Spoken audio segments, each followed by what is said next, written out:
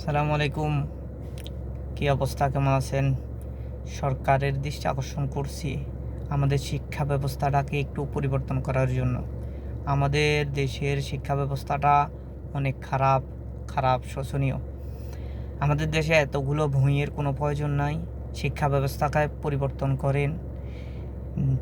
যেই কোনো স্কুল মাদ্রাসাতে 4টা বই রাখেন, যে বেশি বইয়ের প্রয়োজন নাই। ক্লাস 5 পর্যন্ত, ফাইভের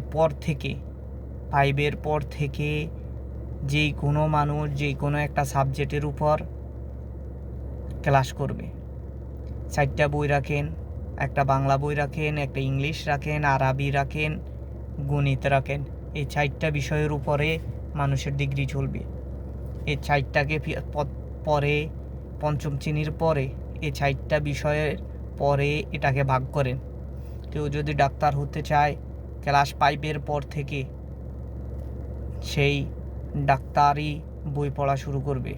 কেউ ইঞ্জিনিয়ার হতে চায়, সেই ইঞ্জিনিয়ারে ক্লাস শুরু করবে 5 পাসের পর থেকে। কেউ যদি উকিল হইতে চায়, সে ওকালতির বই পড়া শুরু করবে ক্লাস 5 পাসের পর থেকে।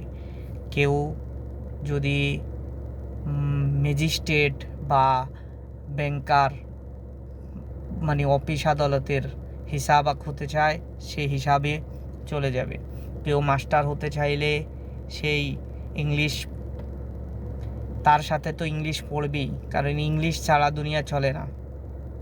আরবি শিক্ষা, কেউ যদি আরবি শিক্ষা তো একটা নির্দিষ্ট জায়গা আছে, ওইখানে তো আরবি শিক্ষা হয় নুরানি মাদ্রাসাগুলোতে। কি বুঝছেন?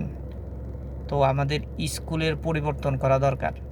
এতগুলো সাবজেক্ট নিয়ে পোলাপাইন পড়ালেখা করে, 10 পর্যন্ত পড়ালেখা করি, ব্যাস শেষ। ওর ভিতরে, মাথার ভিতরে কোনো কিছুই থাকে না। না পারে ভালো করে বাংলা পড়তে, না পারে ভালো করে ইংলিশ পড়তে, না পারে ভালো করে হিসাব করতে। একটা 10 পাস পোলাপাইন আপনি দেখবেন, জিপিএ 5 পাওয়া পোলাপাইন ইংলিশ রিডিং পড়তে পারে না। যে গোল্ডেন A+ পাইছে, জিপিএ 5 পাইছে, ওই পোলাপাইন আপনি দেখবেন ইংলিশ পড়তে পারে না থরলি। তো এই পাস করার লাভ কি? 10টা বছর তার জীবন থেকে চলে গেছে, সে রিডিং পড়তে পারে না। এই জন্য সরকারের দৃষ্টি আকর্ষণ করছি, আপনি যেভাবেই পারেন আমাদের শিক্ষা ব্যবস্থাকে একটু পরিবর্তন করেন। 10 বছর পর্যন্ত পোলাপাইনকে পড়ালেখা করিয়ে, এই 10 বছর পিছে কি পড়ালেখা হয়, কি সাবজেক্টের উপর পড়ালেখা করে? সব এভারেজ কোনো রকম পড়ে। আর ওই সময়টা মানুষের মাথার ব্রেন একটু ভালো থাকে। কি বুঝছেন? তো এই 10 বছর যে পোলাপাইন পিছে কি পড়ালেখা করছে? পড়ালেখা নাই। এই জন্য একটু শিক্ষা ব্যবস্থাটাকে পরিবর্তন করেন। ভালো থাকবেন। আসসালামু আলাইকুম রহমতুল্লাহ।